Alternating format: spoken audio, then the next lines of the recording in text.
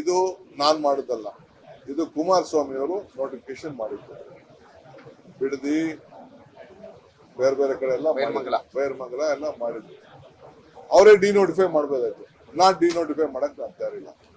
But ನಮ್ಮ ಜಿಲ್ಲೆ ಜನ ಅವರು ಆಸೆ ಕಳ್ಕೊಳ್ತಾರೆ. ಅವ್ರು ಏನು ಯೋಚನೆ ಮಾಡಿದ್ದಾರೆ ಅದಕ್ಕಿಂತ 2ರಷ್ಟು 3ರಷ್ಟು ಬೆಲೆ ಬರೋ ರೀತಿಯಲ್ಲಿ ಮಾಡೋಂಥ ಕೆಲಸ ನಂದು. ಇದು ಗ್ರೇಟರ್ ಬೆಂಗಳೂರು, ಇಡೀ ಬೆಂಗಳೂರಿಗೆ ಒಂದು ಮಾದರಿ. ಇವತ್ತೇನು ನಮ್ಮ ಜಯನಗರ ಮಾದರಿ, ಸದಾಶಿವನಗರ ಮಾದರಿ ಅಂತಾರಲ್ಲ, ಅದಕ್ಕಿಂತ ಒಳ್ಳೆ ಮಾದರಿ ಆದಂತ ಒಂದು ಪರಿಸರ ವ್ಯವಹಾರನ ಅಲ್ಲಿ ನಮ್ಮ ರೈತರಿಗೆ ಅವರ ಆಸ್ತಿ ಮೌಲ್ಯಕ್ಕೆ ಅನುಕೂಲ ಆಗುವಂತ ಕೆಲಸ ಮಾಡ್ಕೊಳ್ಳೋದು ನಂದು. ಅವ್ರು ಏನ್ ಬೇಕಾದ್ರೂ ಮಾಡಿಸ್ಕೊಳ್ಳಿ, ನಾನು ಇರೋವರೆಗೂ ಇಂಪ್ಲಿಮೆಂಟ್ ಮಾಡೋದು ಎಷ್ಟು ಬೇಕೋ ಅಷ್ಟು ಮಾಡ್ತೀನಿ.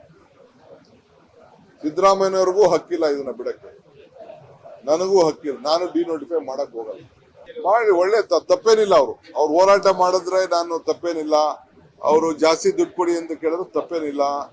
ಅವ್ರಿಗೆ ಮುಂದಕ್ಕೆ ಅವ್ರ ಮಕ್ಕಳ ಕಾಲಕ್ಕೆ ಅರ್ಥ ಆಗ್ತದೆ, ಅವ್ರ ಕಾಲಕ್ಕೂ ಅರ್ಥ ಆಗ್ತದೆ. DK ಶಿವಕುಮಾರ್ ಅವರು ಇಲ್ಲಿ ಒಳ್ಳೆ ಕೆಲಸ ಮಾಡಿದ್ದಾರೆ. ಅದನ್ನ ಆಮೇಲೆ ನಾನು ಮಾತಾಡ್ತೀನಿ. ಅದಕ್ಕೂ ಒಂದಿನ ಬರ್ತಾ ಇದ್ದೀನಿ, ರಾಮನಗರಕ್ಕೆ ಬಿಡದಿಗೆ ಬರ್ತಾ ಇದ್ದೀನಿ. ರೈತರನ್ನೆಲ್ಲ ಕರೆಸಿ ಮಾತಾಡ್ತೀನಿ. ಅವ್ರೇನು ಅವರ ನೋವು, ದುಃಖ, ದುಮಾನ, ಆತಂಕ ಏನಿದೆ ಅದನ್ನೆಲ್ಲ ಕೇಳ್ತೀನಿ.